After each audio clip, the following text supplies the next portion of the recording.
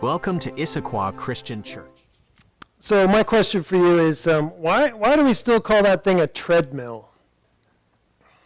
It's not making anything, right? It's not milling much of anything. I think it's, Mason, you have to, did Planet Fitness, you're a Planet Fitness guru, do they create these things to just make us feel like we're going somewhere? I don't know.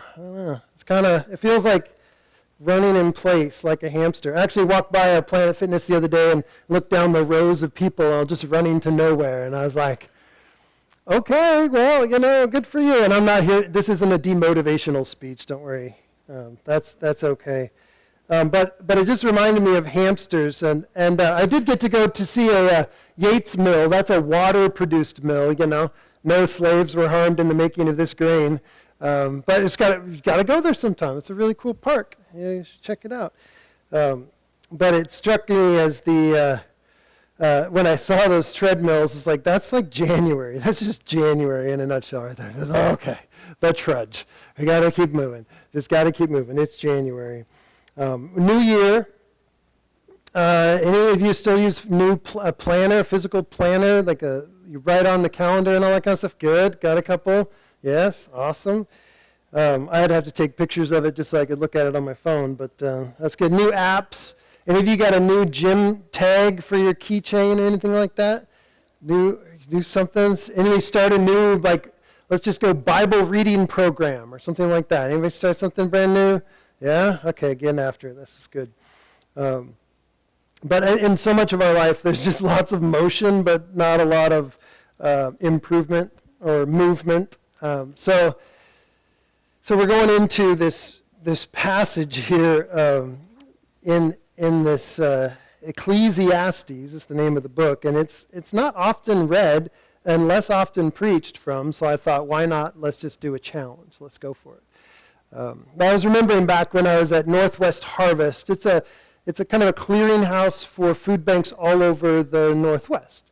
And so they bring in all sorts of stuff down into a big warehouse in Kent, and then it comes in bulk, and then you bag it up and send it various places. And so I led a group once on a weekend conference. We're going to go do a session, and we're just going to, whatever they want us to put in bags, we're just going to put them in bags. And I was sitting there looking at this task of scoop, and I was like, oh, this is lovely. This is actually what I need in my life. Some mindless, just scoop, put the bag, strap it, send it down the conveyor. That lasted, as you can imagine, with me for about 5 minutes. And I'm like, okay, that was a lovely mental rest time. I think I'm going to keep my day job.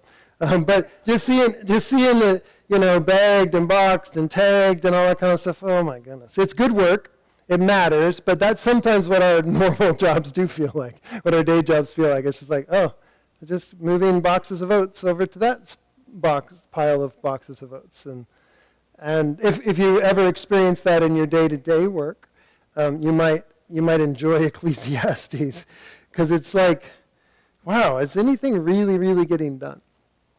Is anything really getting done? And so, like I said, I'm not here to mock anybody's resolutions. Stick with it. You got this. It's going to be amazing. Wanting to grow is really good. Don't cancel your memberships right now. It's fine. Just because the pastor said it was all meaningless.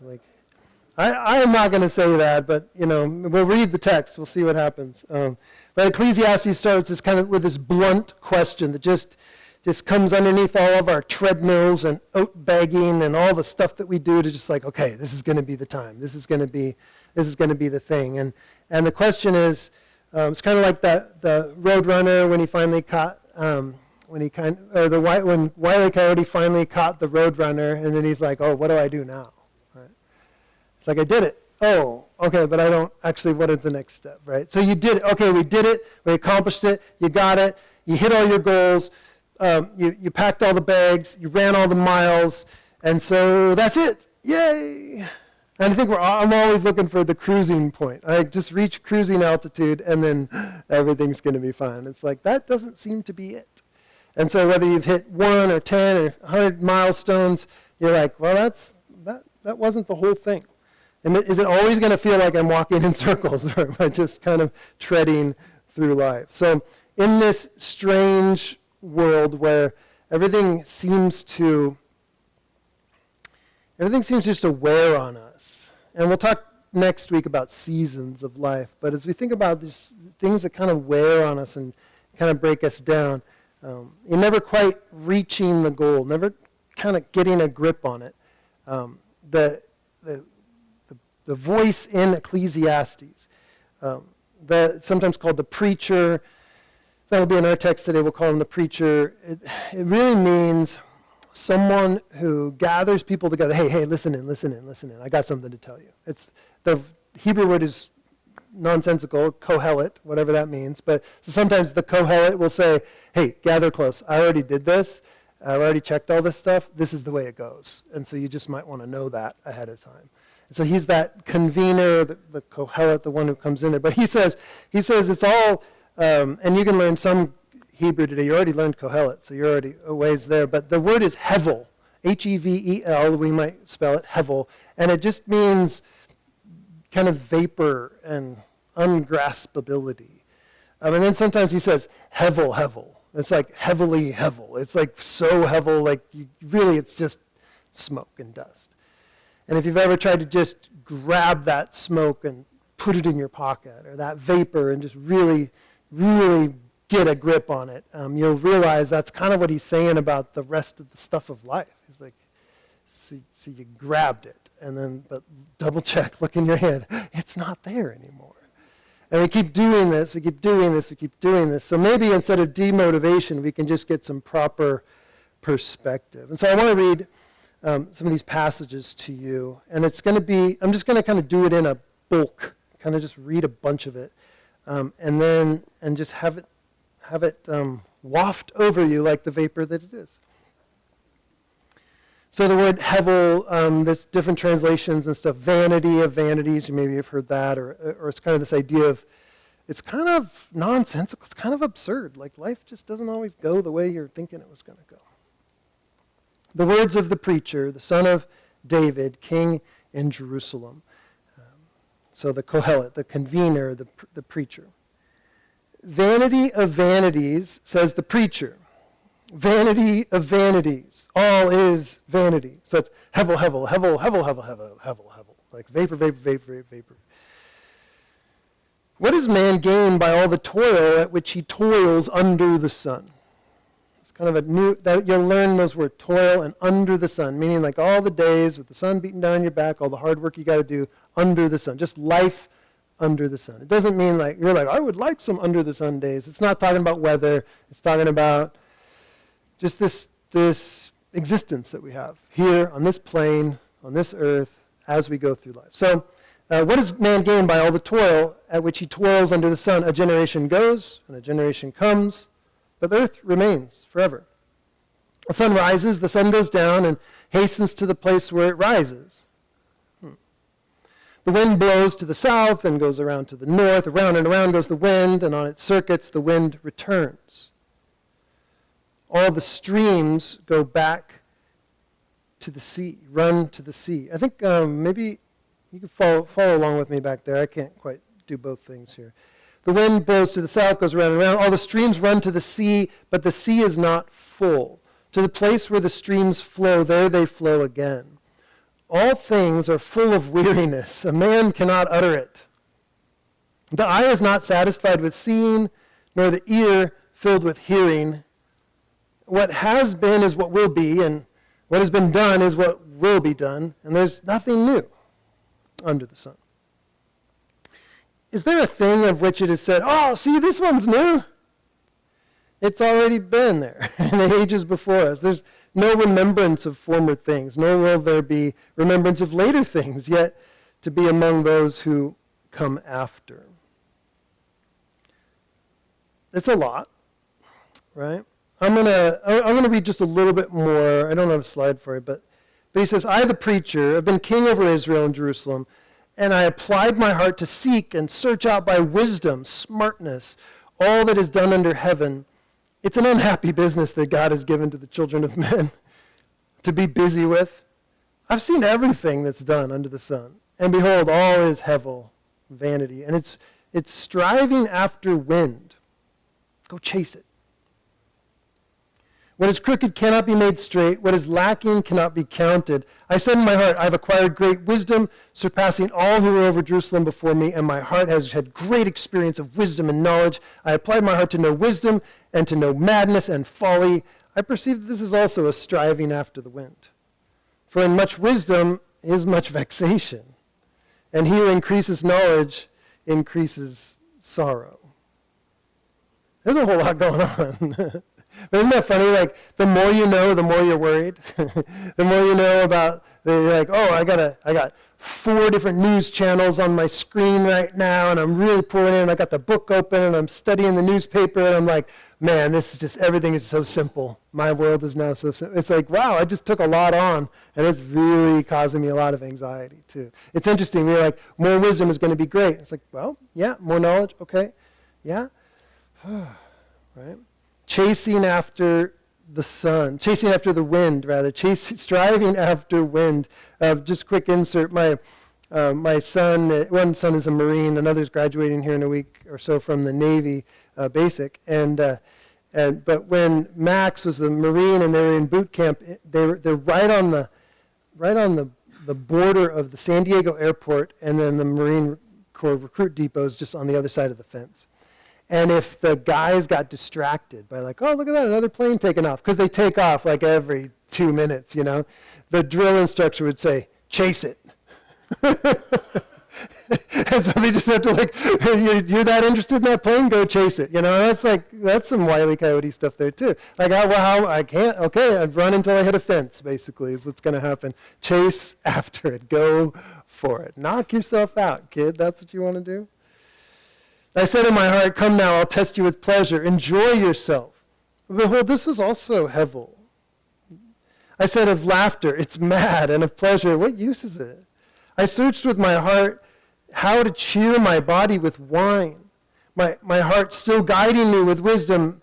So he's saying, I'm not getting trashed. I'm just like, okay, maybe this will unlock next thing. And he's like, his mind is still there. It starts still guiding me with wisdom and how to lay hold on folly till I might see what is good for the children of man to do under heaven. He's doing all the testing for you, product research here. This is great. I made great works. I built houses. I planted vineyards for myself.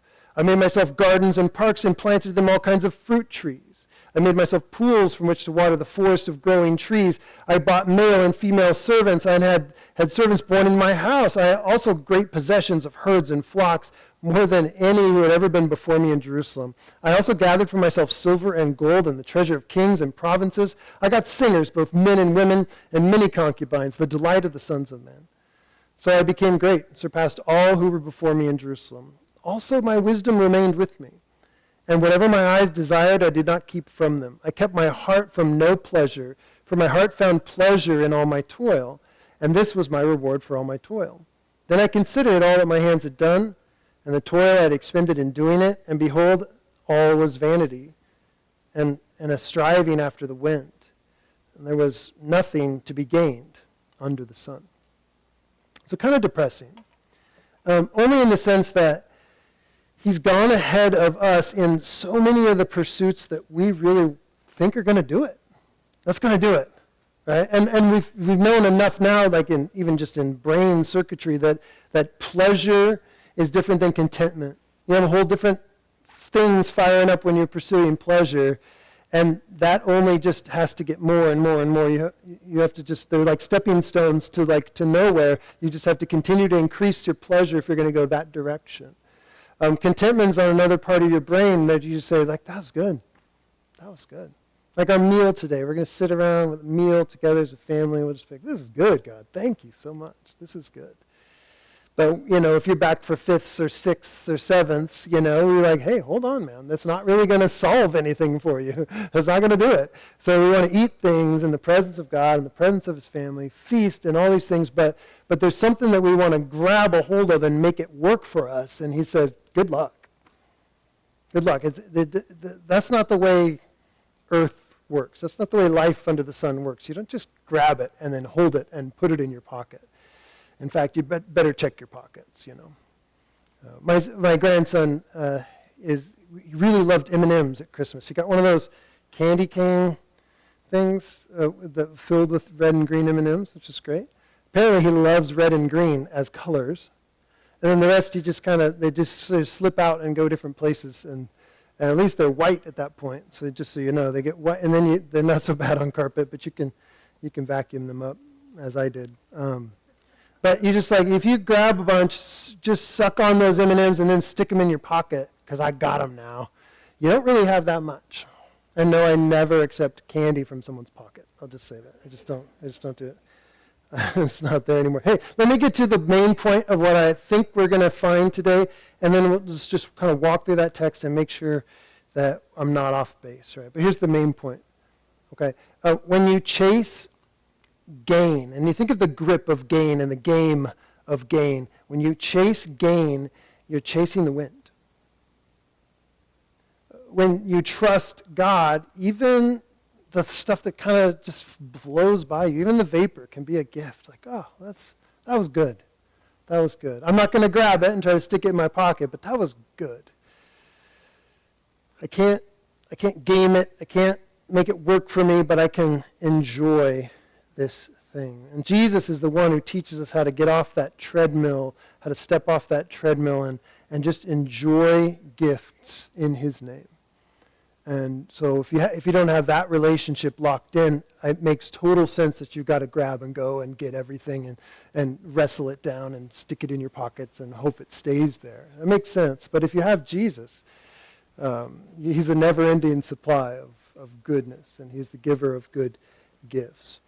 So with kind of all that in mind, I want to point you to a major influence, just in case you're wondering, what's Aaron been reading, and I'd encourage you to read along with me. You'll say, I think he accidentally quoted him, and I may accidentally quote this guy. But Bobby Jamieson, a brilliant writer, he's a young guy, but brilliant writer, and I'm like, how does he even think like this, much less write like this? Everything's poetry, it's just everything, it's just amazing. But he says that Ecclesiastes, and this is how he frames it, he frames the book of Ecclesiastes. He says it's like looking out from the first story, the second story, and the third story of a house. So the life under the sun is kind of this first floor that we see. That's mostly where we live our life. You look out there, the view isn't great. You can't see everything. And when you look at it, it's kind of like, that's it. That's all there is. But if you move up a level, to that second story, you start to see other things. And you say, actually, there's a lot of good stuff out there. And then on the third level, he says, this is where we realize we have to live our life before God. Like there's a big skylight in there, and you're like, oh, that's right, this is your world. Right? So this is the way he talks about this. Or at least my words around his words, but life is absurd. And you look at the vaporous, I just can't seem to grab enough to make it really work for me. That's kind of that first floor. But then life is a gift, life is accountable to God too. So I need to live in the fear of the Lord, realizing life is a gift even in the midst of this kind of ground floor of absurdity. And that's what I want to do as we kind of walk through this. It's not going to necessarily be just verse by verse by verse by verse through Ecclesiastes, although you hopefully we'll have covered it all by the time we're done. But we want to talk today about how life is kind of like chasing the wind. And then kind of halfway through our series, Super Bowl Sunday, we'll look at how life is a gift, and how, and then at the end, as we get ready for our Easter kind of walk up and Palm Sunday the next week, we'll look at life is accountable. And then in between, we're going to kind of look at all these different pieces that we see about life in the midst of things and how that all works. I want to keep his analogy, and I don't want to keep mixing it up every single time, but I've been thinking of it in terms of this, too, as well. He's talking about the three floors. I'm thinking in terms of, when you just look at that first lens that crosses your face, and the optometrist says, so what can you see? And you're like, it's all really blurry. Oh, okay. And that's kind of where I feel like the vapor life kind of goes, like, okay, that first one, everything's really blurry. Okay, well, try this.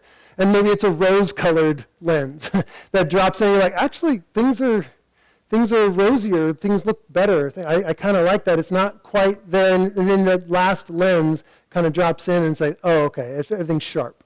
I see it all very sharp. All the colors there, and it's sharp. Life is absurd. And Ecclesiastes, if you've read it before, or you can get a sense from even this first chapter and a half, like he kind of heavily goes on life is kind of nuts, absurd, like vapor. Vanity of vanities of vanities, right? So I'd say maybe 90% of Ecclesiastes is like, yeah, it's really tough under the sun. It's like, wow, what do you do with all this stuff? So maybe 90% there. But then there's this other thing that kind of slips in, that life is a gift. So it's just another lens, maybe not as thick as the life is absurd lens, but it's another one, and then another one where you start to see things stack up. And that's the true vision that we'll see as we kind of stack all these things together. So that's kind of where I'm going as we look at this. But we've seen this idea, the repeated word hevel, hevel, hevel, a breath, a vapor, vapor of vapors. Take absurdity and then crank it to 11, and you're like, this doesn't seem, I don't know why, this is hard. Everything, it seems to be hard. Relationships seem to be hard. And that's that ground floor view. Without getting up to that skylight, everything just kind of seems like, I don't know what's going on. And that's where Jesus steps in. So there's all these cycles he talks about. Everything just keeps coming and going. Like all that rain that happened last night, what's going out to the Puget Sound today? And the Puget Sound doesn't care about how much river water you dump in it. After the atmospheric river the other day, I was getting on a on a ferry boat, and I was like joking, like, oh no, how are the ferries going to do this? It's like they just float. It's like they're going to be okay. It doesn't really matter. All this, okay, it's a big deal in the city, and if your house backs up to it, but then the water just goes, and it's like, oh, and now the river's down again. That's very strange, and it just keeps going. And history keeps going like this. It looks busy. The world looks busy, busy, busy, busy, busy, but it never comes. It never actually arrives. And you say, ha, that's it. It has arrived. And now I'm ready just to roll forward with that. And so there's these games we play for gain. Okay, if I just got a little bit smarter, don't follow me for fitness advice, but if I got like a little bit fitter, if I just had more, we just need to get parties on the schedule, and then that would make my life. That if I could just get enough of those, and I need to make sure that if I could just get my garden right, and then my house could finally be at a place I could stop working on it, which is kind of where I was at the other day. I was like, I don't think I have a project right now. That's fascinating. I like that. The problem isn't having good things. It's when you rely on that thing to tell you who you are that you start to get into crazy land. My job must tell me who I am. It must identify me. I have to, so this is the test. If I lost that status, if I lost that role, and many of you are in retirement age, you know this process way better than I do. But like I'm no longer seen as the person who's the go-to for the thing. Oh, what does that make? What does that make me? I'm not the go-to for this or that. Like that's an interesting area of planning to be not needed in those different ways is a very interesting thing. As a current empty nester, Heather and I are trying to process what does it look like to not be needed at the moment to moment. We still get really random and hilarious phone calls. Ask her sometime. Like, well, son, did you read the directions? No, I'm asking you. It's like, oh, okay. That sort of thing. Just like, it's not you're not needed, it's just you're needed very differently. Very, very differently. So can any one of these things, put on the screen there, can any of these things, wealth and status and sex and art and projects and work, pleasure, all that kind of stuff, can it give me anything lasting, something I can really just hold on to? And it's like, well, no, not really. Well, maybe he didn't try hard enough. Maybe this guy didn't really go for it, like I'm going to go for it. Maybe he didn't really have enough money. And in the days of Solomon, and this is pointing to the life of Solomon and the wisdom of Solomon, even if this isn't like quotes from Solomon, they're looking at his life. And that was when silver was like, silver in the city of Jerusalem was like, I don't need any of that. I got plenty of that. I was looking for some more gold, right? Everybody had so much. And yet when you have so much, you need just that little bit more. Ask any person that's got a high standard of living and high wealth, how much is enough? It's like, well, obviously more than what I've got. It's just there's always that little bit more that's going to do it. He tested it all, and everything you and every category you and your neighbors have tried and everything you're doing, he's tried it all, and we're still chasing it, and he's like, no, it's actually just chasing wind. Go chase it. Just go. See what happens. See what happens. And so we're not saying that wisdom is bad or work is bad or even that pleasure is bad. He's not saying that. He'll tell us to enjoy them. The problem is gain. Gain. Like, okay, what will you gain if you win the whole world and yet lose your soul, says Jesus. What is the thing that you think, what are you hoping to get out of this? That's interesting. I see you working really hard. That's awesome. Hard work is super important, and that's going to build a lifestyle of that. But what are you looking for out of that? Well, then they'll know that I'm not you're like, oh, okay, see, we kind of tipped over the edge. Like, okay, then if I work out hard enough, or if I do this, or if I do this, or I do this, then they'll know, you know. Any of you, does that phrase ring a bell for some of you? Then they'll know. I remember because I was going to like run away from home when I was a kid. I don't know how many times I was going to do that. I was going to put on a backpack, or maybe even go old school and put the stick with the little handkerchief on the back, you know, and carry. I was going to do that because then they'll know how they did this to me and they didn't treat me right, and then they'll know, right? But we do that with a lot of things in our life, and so maybe I could just be a friend to you at this point. And if you're chasing it, just know that not only will they not know, they probably won't even notice. It's really a lot in your head. And so we're going to need to find a way to build a life around Jesus and around that top floor view, which is accountability to God, that does good for other people, works hard in the lane that God's given you, and does all those things, but you don't lean on it for your identity. That's a real big struggle. We've been told, and maybe you're still being told, that you're going to find that one job that you do. You're like, one job? That'd be nice. Some of your gig, doing like everything. Like one job. You're going to find that one job that you do, and it's not only going to satisfy you and pay the bills, but it's going to do great good in the world. It's going to be this amazing trifecta. It's like there's this one job out there for you, and some of you just need to go dig a ditch and be good at it and be awesome at it, and that's great. And then go home and go like, you know what? I don't know if ditch digging fulfilled me. Like, right, probably not. That's okay. You actually emptied it in the process. You didn't fill anything, right? So it's like, yeah, that's okay. Now, pour into God, pour into others, love your family, care for people, do the right thing, right? So we're hoping that this thing, this position, this status, this gain is going to now tell me I'm worth it. And if you think I'm just preaching at you, this was my conversation with God this morning as well. Okay, so he's like, then, and these are the words that go through my mind. Then I could hang my hat on that. Or then they'll know, okay, that their investment in me wasn't a complete waste of time. Then I'll, local boy proves hero or something, like I actually have headlines written in my journal going like, is that what, so that's it. And that's it. So that happened, this happened, and then you get, local boy makes good, and da-da-da-da-da, and just like, seriously? So that's going to be it. Like, you need to settle yourself down. Bauer. That's what I call me. So anyway, there you go. Now you're into my head. Thanks a bunch. But gain is that thing that we hope will never make us vulnerable again. They'll never call me fat again. They'll never call me poor again. They'll never call me lazy again. They'll never call me, it's like, wow, okay. Just hang your hat on that. Then I've reached it, and then I've made it, and no one can ever criticize my position or my place in this world ever again, because he never thought enough of me to say this, and they never said they were proud of me, and we just live in front of this thing. And the world says, hey, have at it. Try that. Okay, try that, try that, try that, try that. Knock yourself out quite actually sometimes. Go ahead, see what happens. Gain is that thing that you hope will finally make you untouchable. Okay? Enough money to never worry again. That's what I needed. Enough success, I'll never doubt myself again. Like, ask anybody who's reached any level of success. They're like, that's not happening. Enough experiences, I'll never feel bored again. I've got it all locked in place.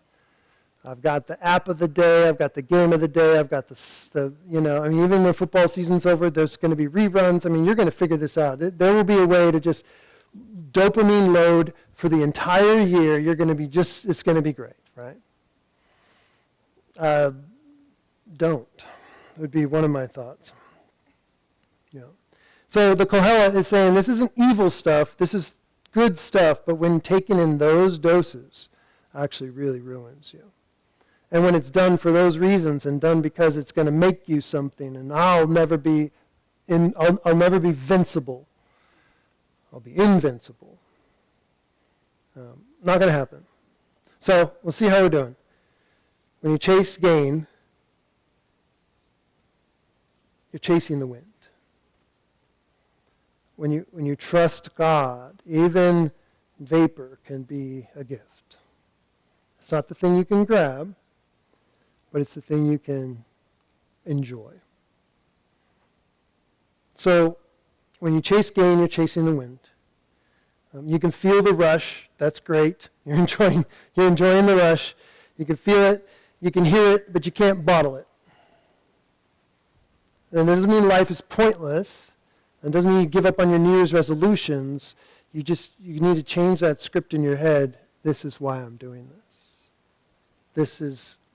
This is what I'm looking for. I can actually receive these things as a gift.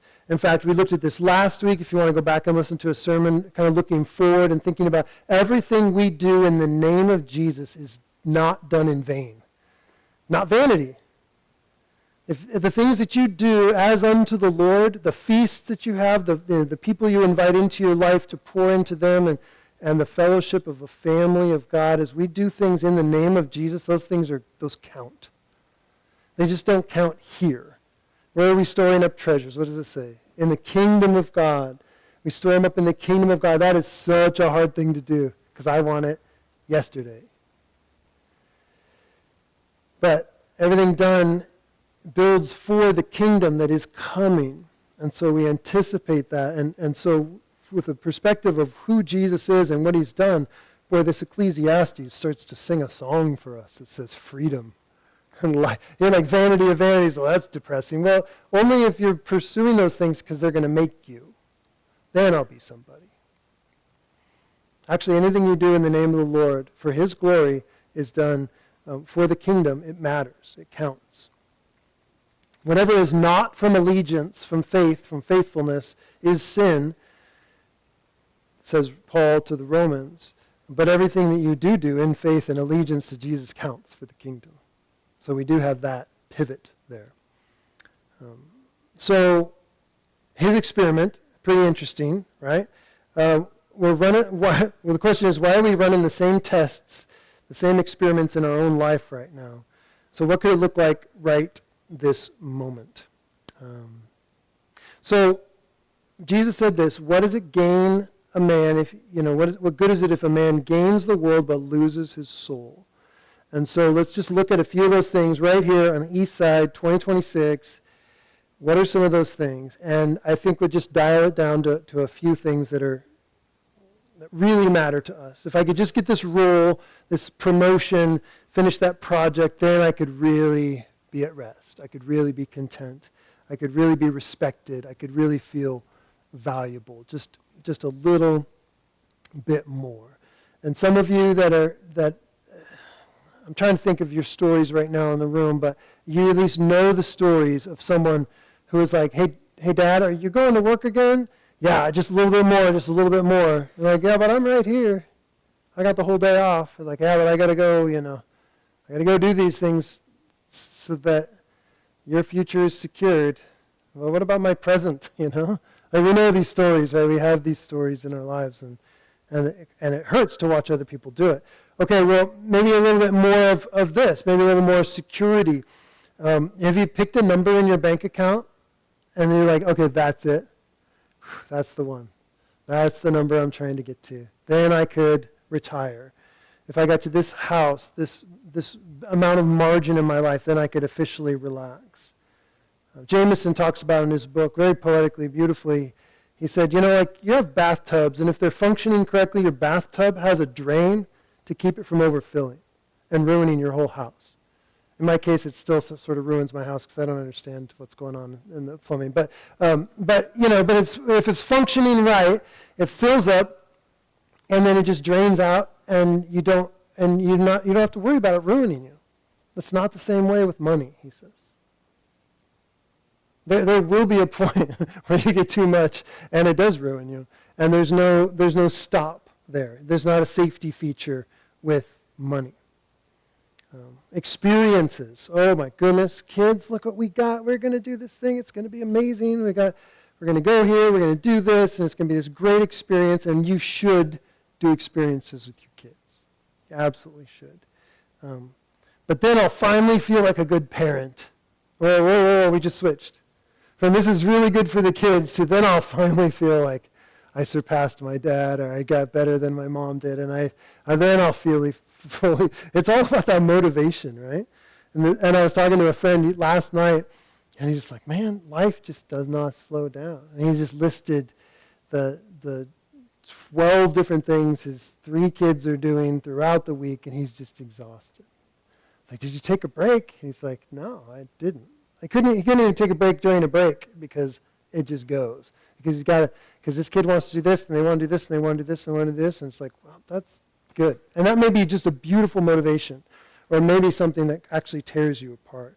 The costs start going up, the anxiety doesn't actually go away. What about spiritual life and spiritual impact? Have you ever thought about just being a better Christian this year?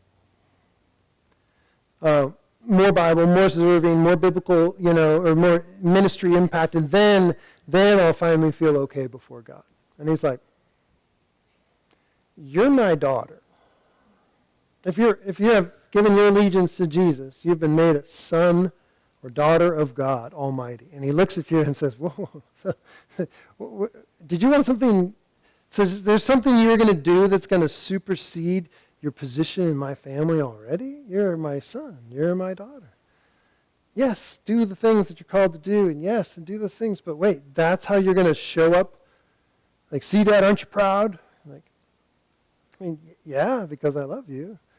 It's not this thing that really is the thing that puts you over the edge, and now I can officially call you my son.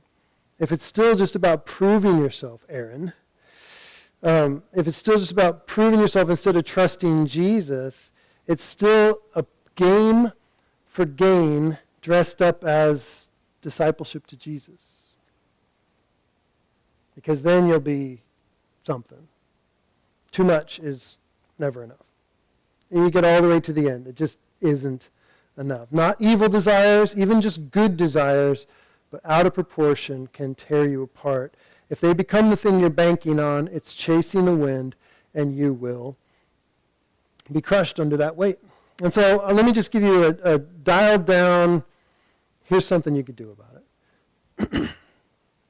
Look at one of those areas where you're clearly gaming this. You're going to get gain out of it. You're really going to, then they'll know, then I'm going to do this thing. And then just say, I'm going to start moving toward some discipleship, toward following Jesus. And how would you do that?